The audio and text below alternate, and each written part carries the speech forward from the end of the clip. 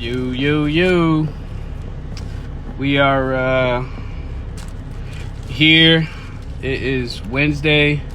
I am answering all real estate questions. Anything revolving real estate investing, buying houses, whatever you guys have interest in. What's up, Liza? What's up, Milan? What's up, Sage Visuals? What is that? The dang Curry? What's good? Hey, but yeah, basically I'm on here answering any real estate questions you guys might have. If you want to buy a house, you want to sell a house, if you want to learn how to get into investing and where to start, or maybe you already are investing, I'm here basically answering questions. I think last week I did my first live session where I was actually on there for 2 hours. What's up, Nate? What's up, Nick? I was answering all questions regarding real estate, and I had a good time. I think I was on there for like 2 hours. Anytime you guys have questions or anything like that, feel free to hop on the live with me. And we could do this screen share thing, whatever. Not too well versed with this Instagram stuff, but yeah, we can, if you got any questions, you can definitely hop on and conversate with me. Or if you have any questions, you can just drop it down in the comment and I'll try to answer them from there. While we are just setting the stage, while I am answering questions, I'm actually in line at the dump. As you can see, I have a bunch of trash from one of my houses, and I'm at the dump. So if I do get to the top and I have to go dump some trash, I'll get out of the car for like 5 minutes, dump the trash, and we can keep going. But while I'm in line, I figure I'll talk to you guys and we can get everything squared away. So let me see. Like I said, feel free to ask me whatever you want. I got Liz on here. It's talking about I want to be a carpenter. I want to help you flip them. No, you got to work at the plant. You still at the plant. When you ready to leave the plant, you come work for me. It's all good. Let me see. Oh, yeah, Nick, work harder. Somebody out there grinding harder than you. That's a fact. That is a fact. There's people out there working way harder than you guys. So that should give you some motivation to whatever you guys are doing. Make sure you put enough effort into it to where you can beat out your competition. Young Shot was good. Oh, you serious? Oh, so you okay? All right. Well, you gotta basically come out and let me know what kind of frame. I gotta see your work. I gotta see your work. So you can definitely come out and show me if you know how to frame 16 on center and stuff like that. Oh man. Well, yeah, that's not a good thing, being laid off. Hopefully they don't do that, but I already know how to plant roles, especially in times like these. It's definitely not a good thing to lose your job or be furloughed or laid off. So everybody's looking for work, everybody's hurting. I get contractors still calling me to this day asking for work. There's some guys that I've fired, some guys that didn't work out or I fired. Eventually they come back around. So willing to learn, hey, that's what it takes. So yeah, if you're willing to learn, I'm willing to teach. I'm not an expert contractor. I like to say I'm a part-time contractor because I don't know everything, but I know a little something of everything. So you can definitely work something out. Who else is on here? I got 3, 4, 5 people on here. Again, if you guys got any questions, feel free to ask. I like to make this as open as possible. If you guys want me to talk about a particular topic or something like that, drop it in the comments. If you want to connect and come on live, you can do that. Like I said, I'm just sitting here kind of working some stuff out. What kind of investment opportunities do I have available? Nate, that's Nate. Nate, do you mean me, or what are some investment opportunities out there as we speak right now? Give me some details, baby. Remember, guys, ask me anything or topic, something you might have been thinking about, contemplating, both. Okay, so as far as both, when it comes to real estate, some different options you guys can get into as far as like investing outside of like just buying your own home you're going to live at. One of the first, it's a lot of things that you can do. Real estate has a lot of different opportunities. one of the main things that you see folks doing when it comes to like investing and trying to make money quicker than usual is wholesaling. If you guys haven't heard about wholesaling is basically where you're flipping a contract. So you're getting a house under contract for a certain price, under value, with a seller.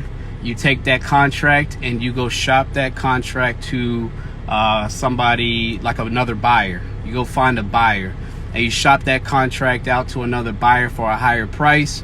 When it's time to settle on the property, let's say, for example, we'll use $100,000, right?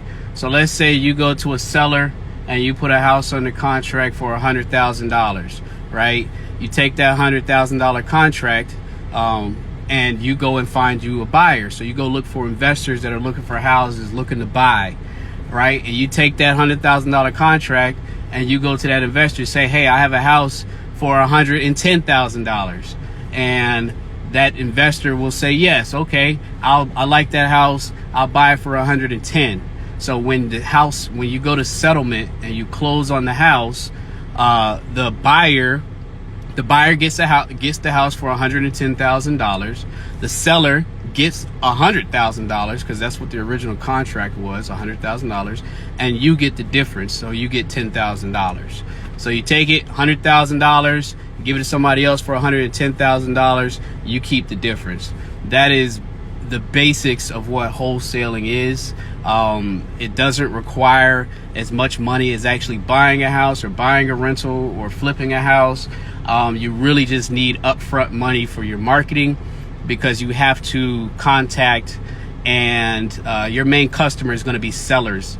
So you want to deal with people that are selling their houses off market. You can't wholesale a house that's on the market if it's because houses that are on the market are under contract with an agent. So if an agent is involved, they're the ones selling the house. They're usually under contract with the actual seller, so you can't do that then. But it's your job to try to get in contact with people that are selling their houses that don't want to sell through an agent. Reasons why you might not want to sell, why you'd want to sell to an investor versus an agent: fees. All agents take fees, and sometimes you might have to negotiate closing costs and all that kind of stuff. Different topic, but that's wholesaling in a nutshell. The other way, obviously, is buying rentals. When you buy a rental, yes, you're gonna have to purchase the house, assume all liability and risk that comes with that investment, and then what your objective to do is renovate it if it needs renovations, or do cosmetic renovations to it, because you want to add some value. If you guys are renting, think about where you're living at now, right? Is that the kind of place you would like other people to live in if you was a landlord, right? So you renovate it, you put some nice details to it. You don't really appreciate that shot. Yeah, it's only been 3 minutes, man, but stay tuned. But yeah, you renovate it to a certain extent. You see some people do the bare minimum, like cosmetic rental renovations, which is like, maybe throwing a couple, some new cabinets in there, nothing expensive, throw some paint on the wall, throw some carpet out there. You do little stuff like that. And then sometimes you'll see folks not overdo it, but they'll do a full renovation where, everything looks like a brand new house. And in those scenarios, you figure out what budget works for you, and you figure out, and based on what kind of renovations you're going to be doing and the value you're going to be adding, you can ask for more rent. So the nicer the house is, the nicer your rental is, you can probably ask for more money when it comes to your tenants. So you renovate it, you put a tenant in there, and you try to ride the thing out as long as possible with the rent rates and things like that. So every year you want to increase the rent by a certain percentage. You want to try to keep a tenant as long as possible. The thing with rentals there's pros and there's cons. You're not going to get rich off rentals, especially if you only have one or two. If you're fortunate, you get $500 a month. If you get, let's say, $500 in profit, you take that money and you save it. You don't spend it. So when your rental income, when you're starting out, you don't use that profit. You don't count that profit as income personally. So you shouldn't be taking that your profit, that couple $100 you get every month from your rent, and spending it on shoes or whatever else you're spending it on. You save it, and then if you ever have turnover or maintenance, you got money. But the goal is to accumulate as many rentals as possible. And it's sometimes some people, they have a certain amount of rentals to where it supplements their job income, or it creates a whole new salary. So that's the game with rentals. It's not a get rich quick thing. Rentals take time. The more you have, the more money you accumulate over a longer period of time. So if you're ever buying a rental or thinking about it, it's the long game. Flips obviously are your biggest, where you can cash out the most. When it comes to flips, they are the highest risk out of all of them, depending on who you're talking to, because more money up front, more money has to be spent, and you also have to make sure the house sells at the value you need to, or you end up losing money. So flips are a lot more risky.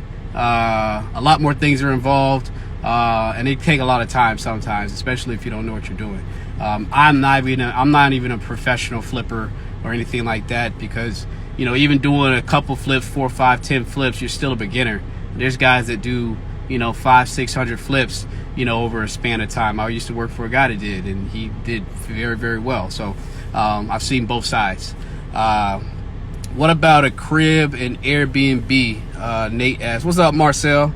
What about a crib making a crib and Airbnb? Yes, I know guys and women that have houses that they bought as rentals and turned them into Airbnbs, and that is a business. There's people that buy houses and their sole purpose is not to rent, not to flip, is to Airbnb them out. I mean, you can have a legitimate business doing Airbnb. If you think about renting versus Airbnb, Airbnb is a lot less riskier, right? Because tenants, when that tenant signs that lease for a year, they're locked in for a year, and the only way they're getting out, or it has to get out, is if you have to evict them. So whatever personalities and type of people you get in your house, you're gonna have to deal with for a year, right? And unless something happens. Airbnb, completely different, right? Sometimes you get people to stay at your Airbnb for a day, a couple days, a couple weeks, but once they're in and out, they're gone, right? And so less riskier, more money, right? So if you're getting rent every month, let's say you're getting $1,000 a month, you could charge, that's in rent. That's if you're renting. Airbnb, you charge $50 a night. Somebody stays 5 days. Do the math, right? I can't do math that quick in my head, but do the math, right? You can quickly get $1,000 in a week or two just off Airbnb-ing your house. And I know people that actually do it. The thing with Airbnb is you got to have a system set up to where you got a cleaning service. Dang, they blocked me off.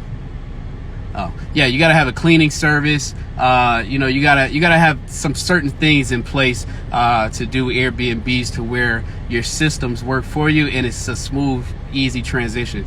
There's times where folks rent out their own houses, which is a lot easier.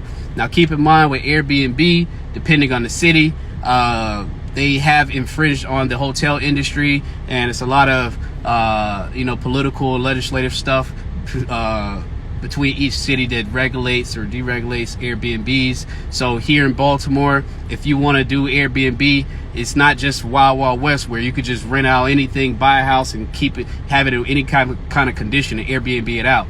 Baltimore City wants you to have your Airbnb to the same standard and codes as if you were renting, because it is essentially a rental. It's like short-term renting. So you have to be in compliance and get a rental license and all that kind of stuff, and then you got to pay a tax if you're doing that. So just check out your local markets and see what's required, what's not required in order to do Airbnbs. But you can, and I know guys that have multiple houses that are strictly just Airbnbs, and you can create a business off that. COVID kind of halted things up, so that's something to think about. Do I think COVID is something that's going to happen every year that you got to consider when you're doing Airbnbs? No, But at the same time, you do have to think about, in the event that the market goes or whatever, or something like COVID happens, you know, you're not going to be able to get as many travelers to your Airbnb as you would if COVID wasn't going on. So just something to think about. That before COVID came, I don't think a lot of people were thinking about the risk that was involved with Airbnb. And sure enough, the COVID popped up, and that's something to obviously be like, oh, you know what? That is something to think about. So yeah, that's how folks do it with an Airbnb. What's up, Mike? Nate, did I answer your question? Good. Yeah, so reminding folks, if you just tuned in, feel free to ask anything regarding real estate. I'll try to answer as best my abilities. I like to tell everybody I am not a guru. I am not a somebody out here telling you guys all the 100% facts. I'm just a guy that knows a little bit more about this topic, and I like to, share as much as I can. So I'm actually pulling up to the gate for the dump. The comment section, or if you would like to join the live, you very much well can. And I'm going to do this while I am making dump runs at the dump.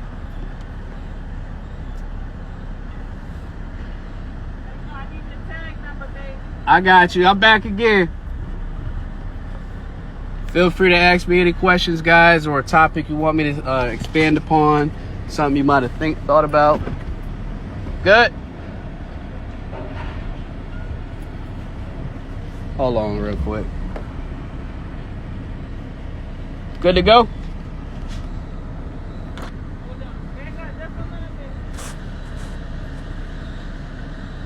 You guys can ask questions if you want. Thank you. I've been at the dump for about an hour. About an hour now waiting in line. The dump is free right now all up until Saturday, so I'm going to figure out dump as much as I can. How can... Nate, you've been asking that for a little minute. How can we invest in basically, how can you invest with me? Right now, what I am doing is not doing any investments per se with the actual company. I know we've had some talks about certain possibilities that I would like to present to folks at a certain time, but right now, nothing besides if you want to buy a house, you're up here in Maryland, buy or sell a house, obviously you can work with me on that. I can help you get started on your first investment.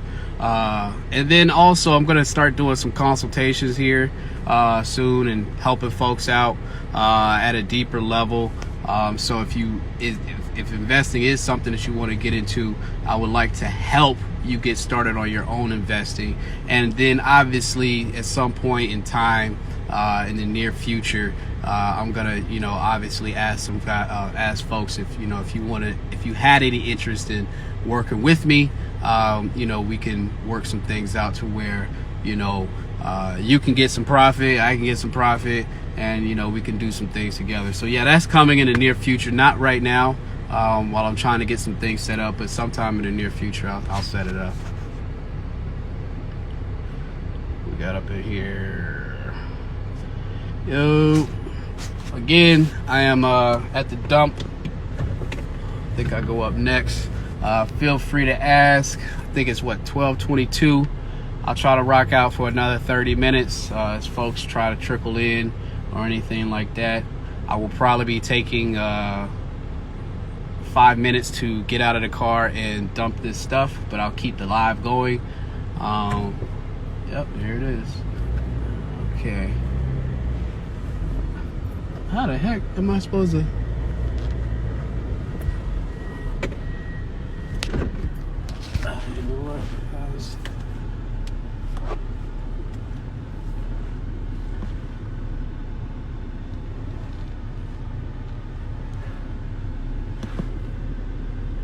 Yeah, I'm not gonna be able to get up there.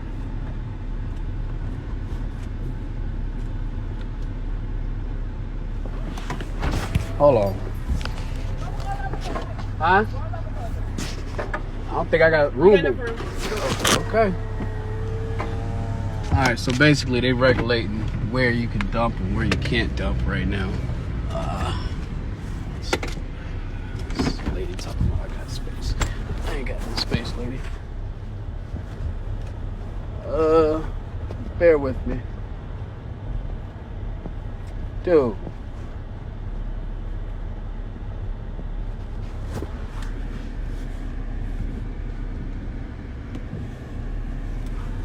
She got me coming up into the tightest little spot. I'm sorry. Hold on, guys. Let me just put this down. She got me in here trying to pull it to the tiniest little spot. Dump. And we're about to hit this dude next to me.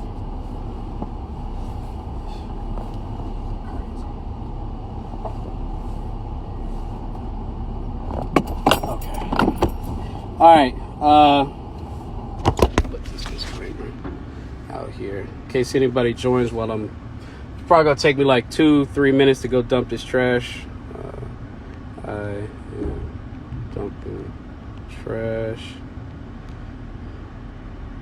Be back in 5 minutes. 3 drop questions.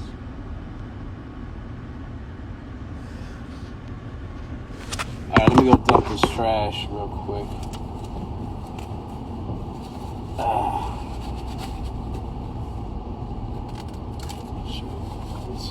Alright, I'll be right back, guys. I hear some noises.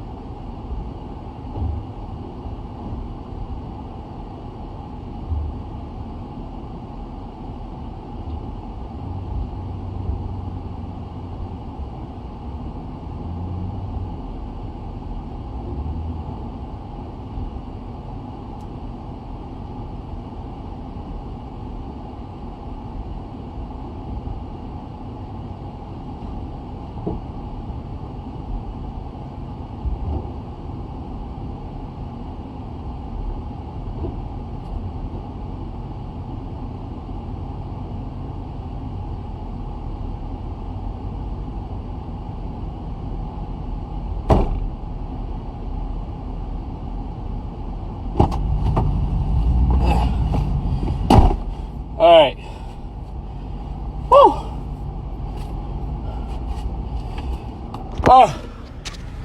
All right, I'm back. Sheesh. Get out of here. What's up? Again, anybody that's joined, I'm answering, discussing all topics regarding real estate. If you have any questions, feel free to drop them in the comment section.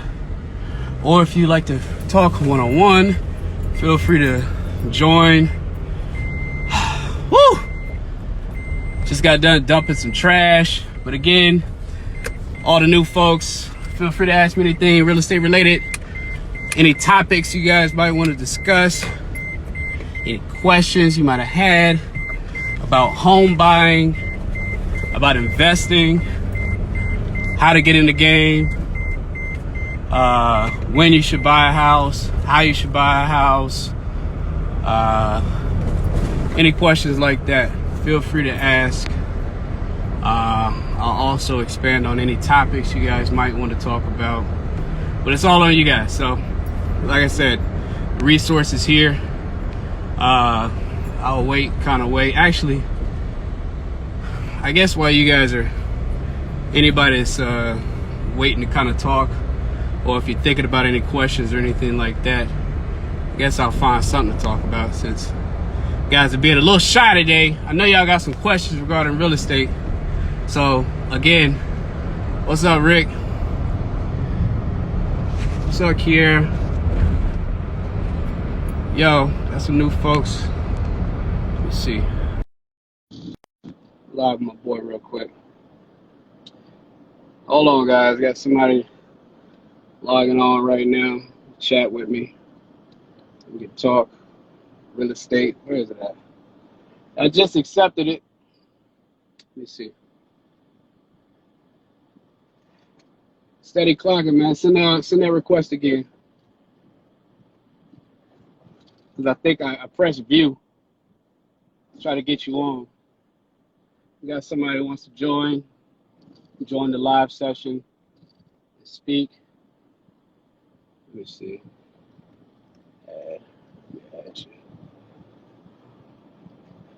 See if I can get this share feed to work. Hey, what's up, King? How you feeling? What's good, brother? Got it, man. Just trying to keep the ball rolling brick by brick. Yeah, man. Yeah, man. That's how we got to do it.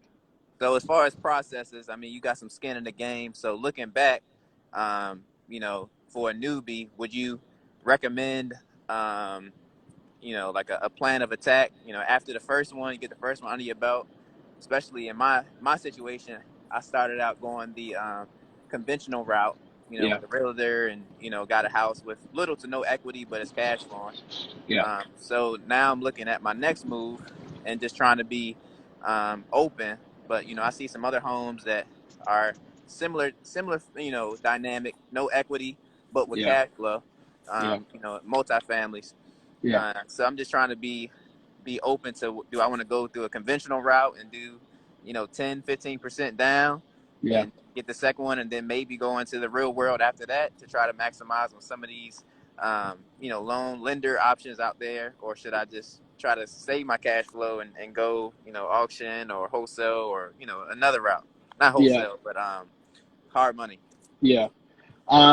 So really, it's gonna depend on what you're ultimately trying to do, right? Because when you start looking at, like, what do you know? We buy houses.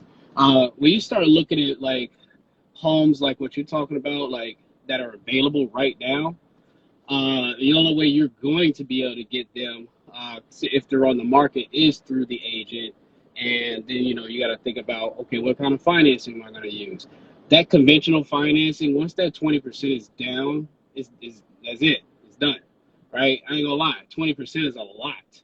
You know, depending on, you know, if you're talking about a multi, guarantee you're not getting any multis for cheap, right? So, you know, you start talking about, let's say you buy a house for $100,000, you got to put 20 down. That's $20,000. Right. You know, that ain't nothing. That ain't no, you know, that ain't no shot in the wind. That's a lot of money. So, you know, when you start looking at things like that, especially if you're just starting out, the best thing I can tell you is to preserve your cash, right? Because if you're getting into the rental game, it's not so much about the buy. It's not so much about the acquisition of the property. Because once you know how to buy, or once you know how to find deals, you're always going to be able to find deals. Deals are everywhere, you know. The thing is, are you going to have enough money to sustain your rentals? That's all it is. All you're doing is buying a house and upkeep. It's just the upkeep. You know, you're always going to run into scenarios. And I think when I first, like, similar situation, when I first bought my first house, which was a duplex, you know, I underestimated how much money goes into keeping up your rentals, especially if you're not doing a full rehab up front, right? So there's certain things that, you know, you can do up front to eradicate larger costs on the back end, you know, and that's one thing I didn't realize. And so I depleted a lot of my savings on my first house, basically all of it. And then I ran out of money and then had to ask for additional money, you know. So I would say that, you know, when you're talking about conventional, I know it's kind of like the standard kind of way to buy investment properties, but I wouldn't necessarily go with a conventional or go the conventional route unless you just got like a home run deal that's going to make sense, or a larger multifamily that you don't want to have to worry about refinancing later, or you don't have to worry about the hard money. The conventional route might be the best thing. But if you're doing like a small single family home, me personally, I probably wouldn't go conventional. I would Yeah, I would look into doing like hard money, and going about it that way. That's yeah. So remember. I only rock with multis at the moment. I'm not opposed to the single jingle route, but right now I got my eyes on multi. And Hmm. the two that I'm seeing both are right around 150, Hmm. 200. One of them is a duplex, which will cash flow about 800, and then the All right. triplex will cash flow, upwards of a grand. Yeah. Um, In and those I would have to put down scenarios, a what's that? no, go ahead. My bad. No, no, but you're right. I would have to put down between 10 and if I can get it for 10%, that'd be a little bit more appealing. But between 10 and 20%. Now the upside is that you don't have to worry about refinancing after, right? Right. As opposed to hard money, you got two hurdles, right? You gotta buy it because even with hard money, you still gotta come to the table with closing costs, Yeah. and you gotta be able to front the draws and Yeah. stuff like that. But it's the two things that's gonna kill you with hard money is the first closing and then the second closing because you got to close again after you refinance, right? Right. And if you can't refinance for whatever reason, that's when you find yourself in some trouble, right? And so that's the Sure.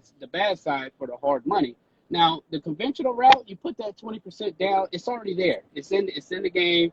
It's going toward the equity, and you're already in a long term loan, so you don't really have to worry about anything else after you buy it. The only thing you got to worry about is renovation costs. Like you're gonna have to come out of pocket for the bread to renovate the house however you see fit, Right. depending on what kind of loan product you get. You know Sure. what I'm saying? What's up, new followers? Kayla Shay. But yeah, like I said, you're gonna have to. That's the only difference, right? And if it's a multi where like I said, you're gonna cash flow and it's a home run, then it might be worth putting the 20% down, Hmm. right? But the name of your game right now, starting out, is to protect and leverage what you have in your savings accounts as best as possible. It's Sure. just like if you had $100,000 cash, I would you don't go buy two properties at $50,000 a piece because once you buy those houses, that's it. You don't have anything else, and you Hmm. can't really leverage those I mean, you can leverage those two houses, but you don't have any cash to Hmm. leverage.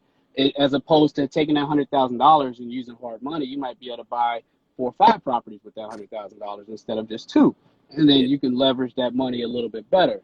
So Yeah. right now, the Yep. name of your game is to be able to preserve as much as you can and leverage it by utilizing different forms of financing. Yep. You Yep. know? That's a good game. Yep. Yeah, man. What now? What's your timeline? Are you looking at something sooner than later? I just like to keep the momentum.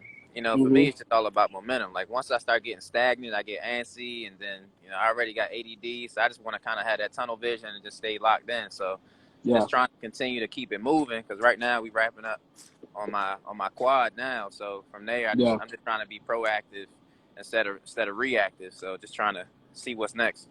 yeah. And that's the thing. Like with, and I was taught, these deals, like especially when it comes to buying houses, and once you buy one, you kind of get the bug. You want to keep buying because you know how to, the process. You want to keep going.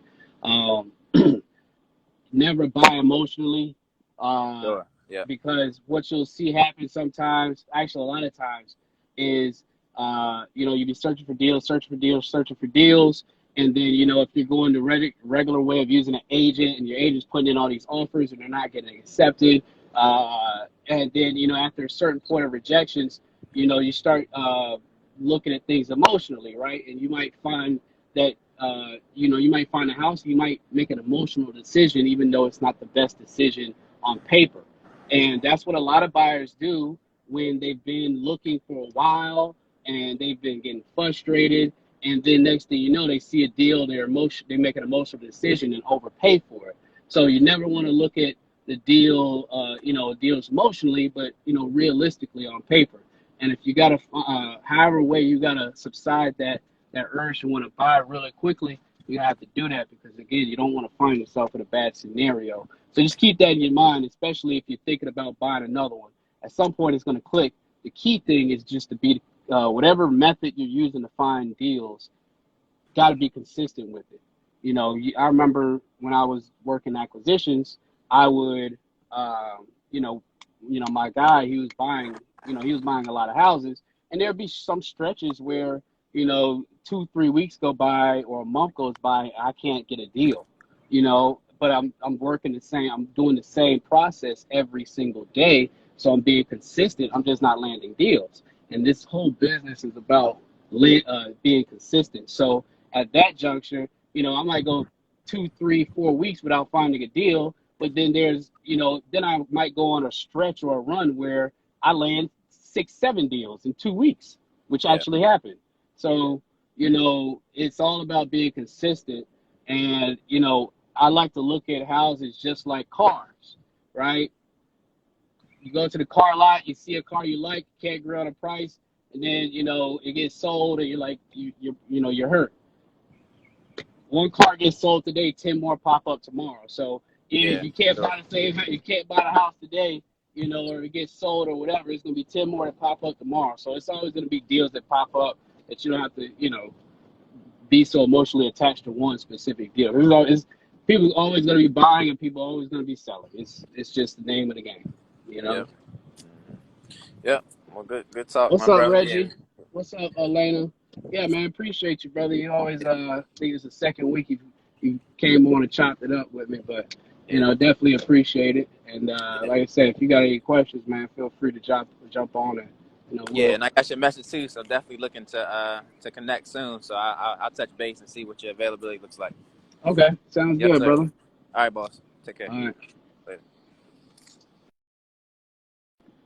all right. Anybody else? Just had my guy on asking me some questions about, what's the best method to start with when it comes to, financing and looking at buying multiple properties in a short amount of time. Just kind of explaining uh, my thought process behind that, and some of the stuff that I ran into. If you're just tuning in, feel free to ask me any questions in the comments section, or if you want to join the live. You can definitely do that. Chop it up with me like my guy just did. I am coming back from the dump, so I'm in my car. But I am. What time is it? It's 12:40. So probably get us another 20 minutes. Again, feel free to ask me whatever you need to. Who else just joined? Peachy, Michi. What's going on? Again, ask me anything. If you got any questions regarding real estate, how to invest, what to invest in, how to get started, financing, my advice, personal stories, anything like that, feel free to ask in the comment section. Or if you want to join the live, you can definitely do that. I'm probably going to be doing this once a week. I think what's today, Thursday, so I guess I'll be doing it on Thursdays now, unless I change the date. But do this like once a week where we come in and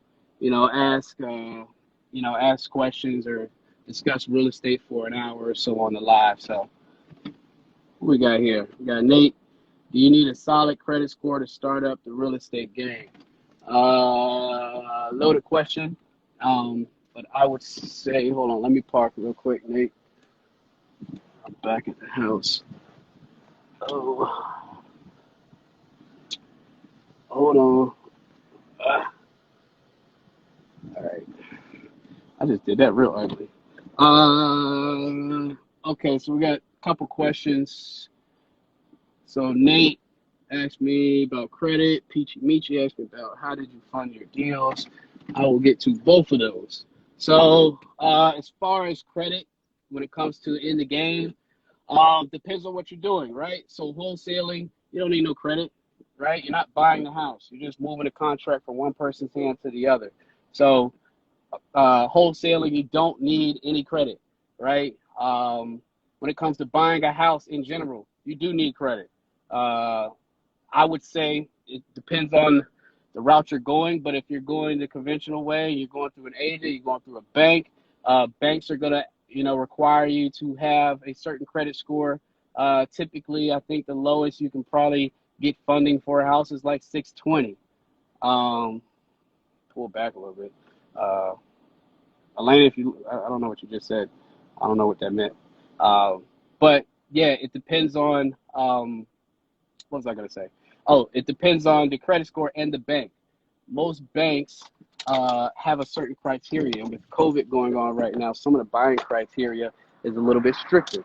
So where you would have to have a 600 credit score, a 620 credit score right about now with COVID going on, banks might require you to have like a 660 or 680, or sometimes you'll see even a 700.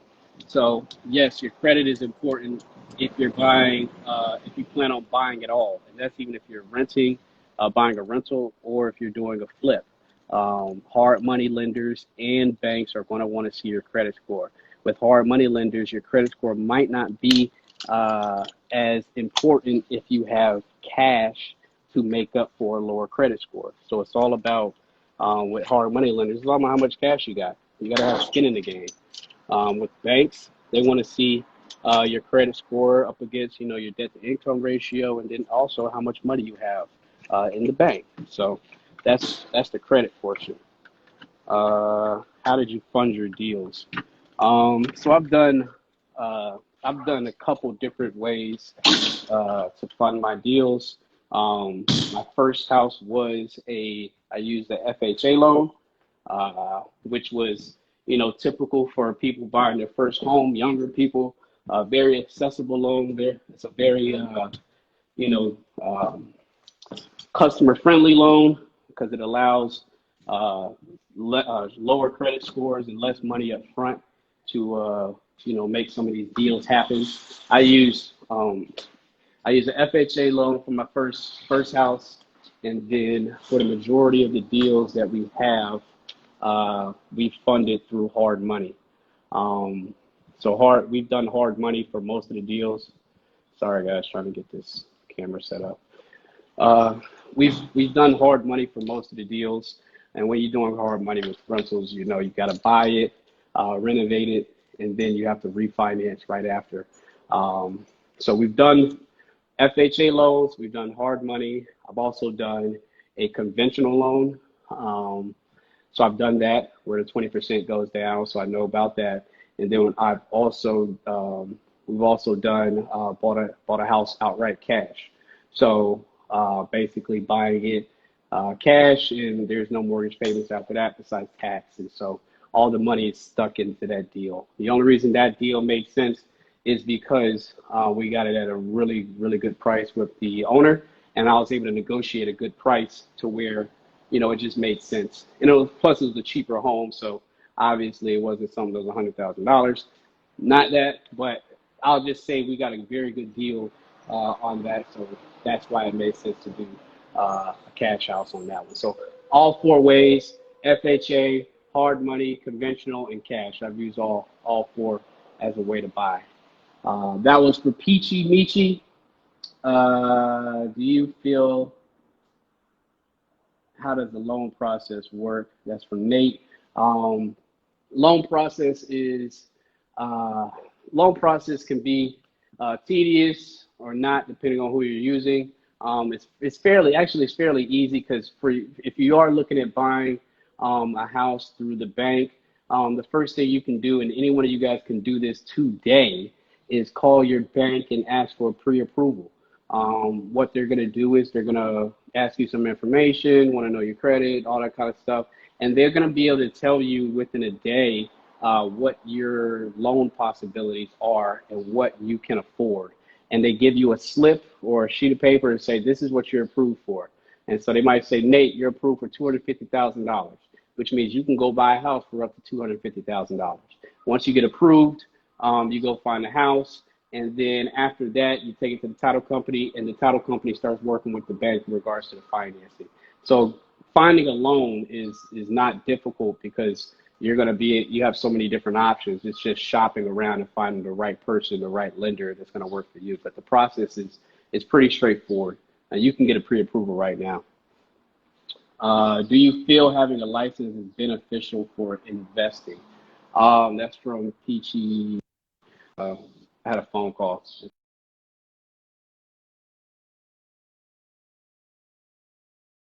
In fact, let me do this. Hold on.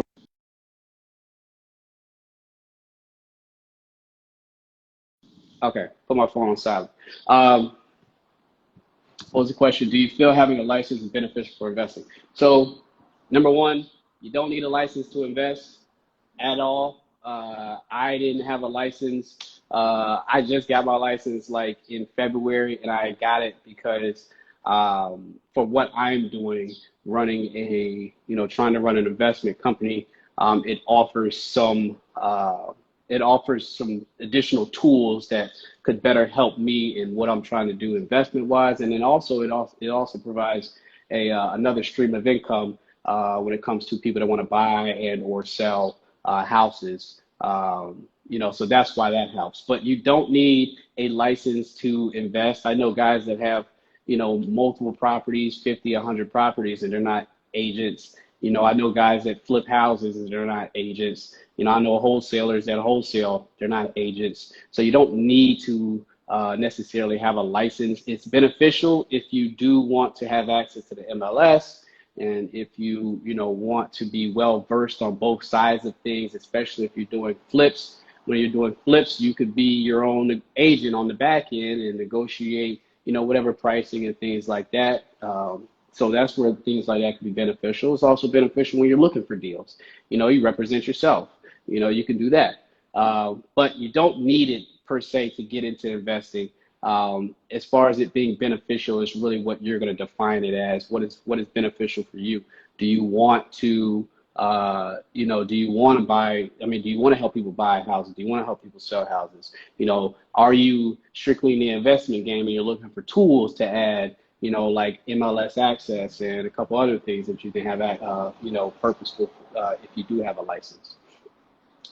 So I hope that answered your question. Was it Peachy Michi? Neff Neff, I'm him. Welcome.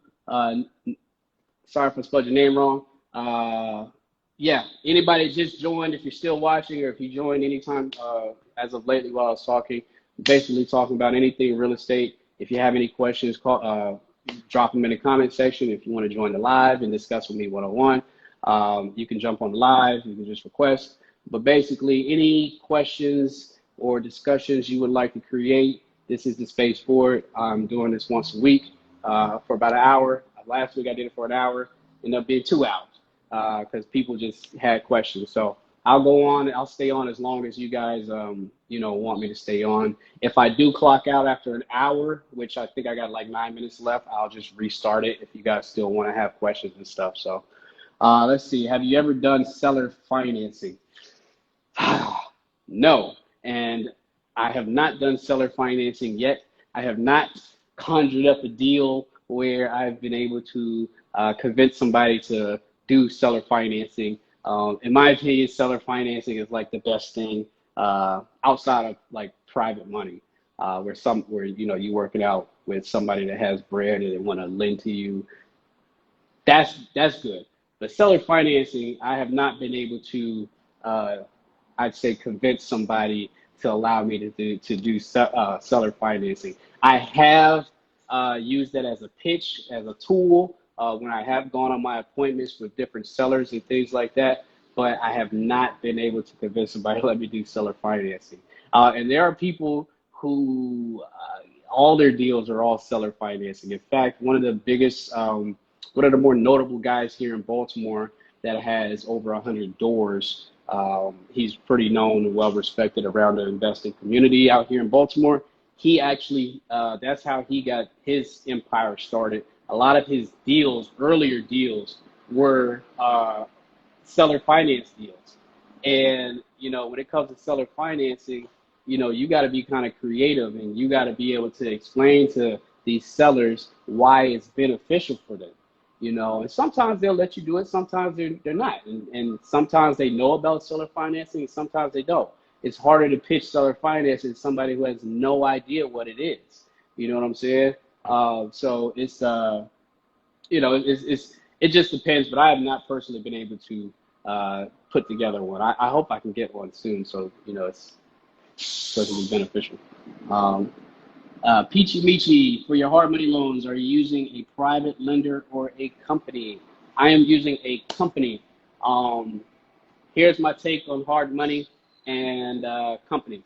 Um, Private money is when you have somebody that a friend that might have a lot of money, and you go to them and say, hey, I need $100,000 for X amount of time. Let's negotiate an interest rate.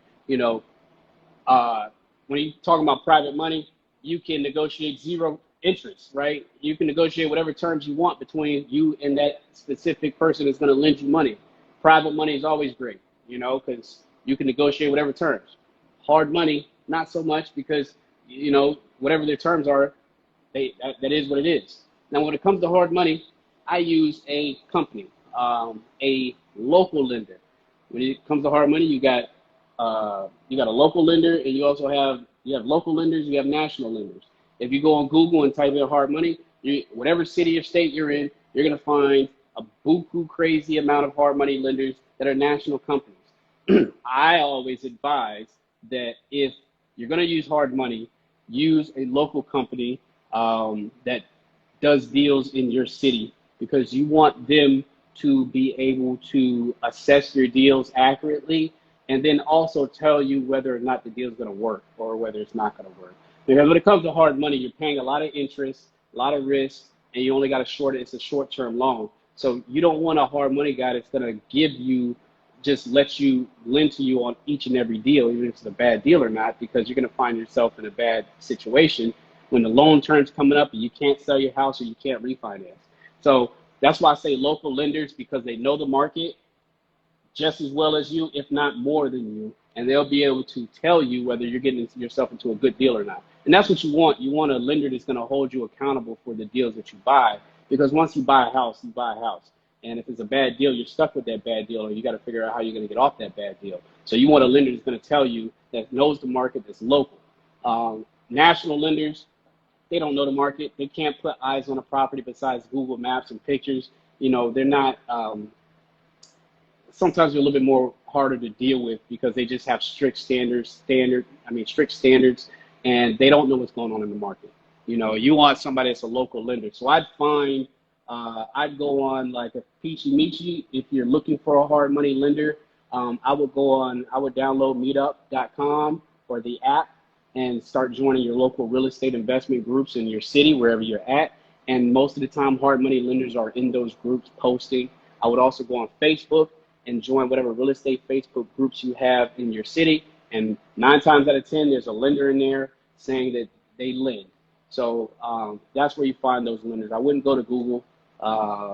You can't go to Google, obviously, to check on, how real whatever local company is. But I wouldn't go and look for a national lender. I would look for a local lender that's in your market, that's going to know the houses, know the zip codes, know the areas, know the ARVs, know the numbers, tell you yes or no, and it's going to work friendly with you. Let me see. What else we got? Hope that answers your question, Peachy Michi. Let's see. You just asked if they own free and clear, or you look it up prior. So what I do is I always look up, and we got 3 minutes on the live, I think. Doesn't mean I'm going to end. I just, IG gives you 60 minutes, so I'll tune back in once my time gets up, and I'll let you guys know when my timer's going down. Once it goes off, then I'll just click back on. Thanks. Good. Glad I answered the question. All right, so you just ask if Steady Clock, it says you just ask if they own free and clear, or you look it up prior. Yes, I look up everything prior to me going out for the initial appointment. I look up the tax records. So wherever city you're in, Baltimore is called like SDAT, and it's basically a place where you can pull the tax records for each property. So you go in, you type the address and the name, and then it pops up the seller's name, all the information, also shows you all the selling history. So what I like to do is when I'm on the phone with them and they're telling me about their house and stuff like that, I like to ask them what they want for the house. And then once they tell me, then I like to go on the tax record and see how much they paid for it. And sometimes, putting the three pieces to the puzzle together, what they want for it, how does the house look on Google Earth or Google Maps, and then what they paid for it, you can kind of connect the dots and see why they might be asking for that amount of money, or why this or why that. So it's always good to know what they paid for it. Yeah, Ishmael, I'm out here, man. What's good, baby? I am sharing this knowledge, man, dropping this bread. Um, but on the way back to the point, I was so yes, I do go and check that information out beforehand, and figure out what they owe and all that kind of stuff. And I'll, based on what they paid for the house, I will ask them. I'll be straight up. Hey, do you have a mortgage? How much is left? And some people like to share that information. Some people don't, right? If you are marketing, and depending on whatever list you bought that you're marketing to, you might be marketing to people that own their houses free and clear, or you might be dealing with people that you might pull a list where you're dealing with sellers that have 50% equity and up, right? So it just depends on who you're marketing to, and you can usually set those standards when you start pulling your list to market out to these off-market sellers, and you'll know, right? So if I'm doing strictly a list that has, all free and clear owners, then I know they don't own anything on the house, right? But if I have a list that's a mixed bag, and it's, dealing with sellers that have at least 50% equity all the way to 100% equity, then I know I need to ask those questions. I need to ask that question when I'm on the phone with them. Hey, do you have a mortgage? And how much do you have, how much do you have left? And that'll tell you whether or not, you can kind of get it. If they have money left that they have to pay, that will kind of tell you why they're asking for the money that they're asking. If they have a lot of money left that they have to pay on their mortgage, you might find that they're only asking for just enough money to pay the mortgage off and be done with the house. A lot of times people like to, when you buy a house, your intention is to buy it and sell it one day for more than what you spent it on. And a lot of times you'll find that people will buy these houses a long time ago that aren't worth anything, and then they think it's going to appreciate, and the neighborhood never appreciates. And then when it's time to sell it, because they're tired of it or they're not making any money off of it, they want something way crazier than what they initially paid for, when the actual value didn't go up or didn't go down. It might be the same as what they paid for, or it might be lower than what they paid for because they bought a bad deal. And so that's why that question is important, especially to know what their mortgage is and how much is left. Anytime somebody is free and clear, hey, ain't no restrictions or anything like that. You can conjure up or create any type of creative financing deal at that point, whatever they're willing to go with, because they own it free and clear. I got 2 minutes left. Doesn't mean I'm going to stop.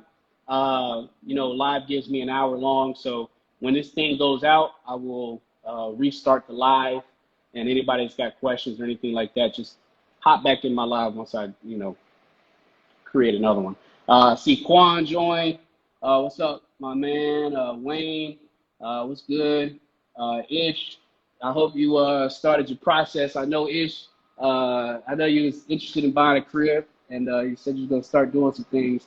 So I hope you made some progress there in regards to taking the first steps to buy your own house. I know Quan is trying to get into the investment game. He probably texts me like once a week asking me random questions about certain things, which he did yesterday or the day before that or something like that. But Quan's another guy trying to get into the game and not just buy a forever home, but buy something that's, start buying more rentals. Again, feel free to ask me anything, any questions you guys got. I know it's a couple of you guys looking at this. Anything, myths, whatever, I will do my best to answer it. Again, doing this once a week, dropping bread, dropping knowledge as best as I can. I am not a guru, but I know I know a little something about a little something. So I like to put it like that. Again, going to do this once a week, and try to help folks out, and try to consolidate this time, man, to give folks as much bread and knowledge is possible. Uh, Again, open space. Any questions? Any concerns? Just want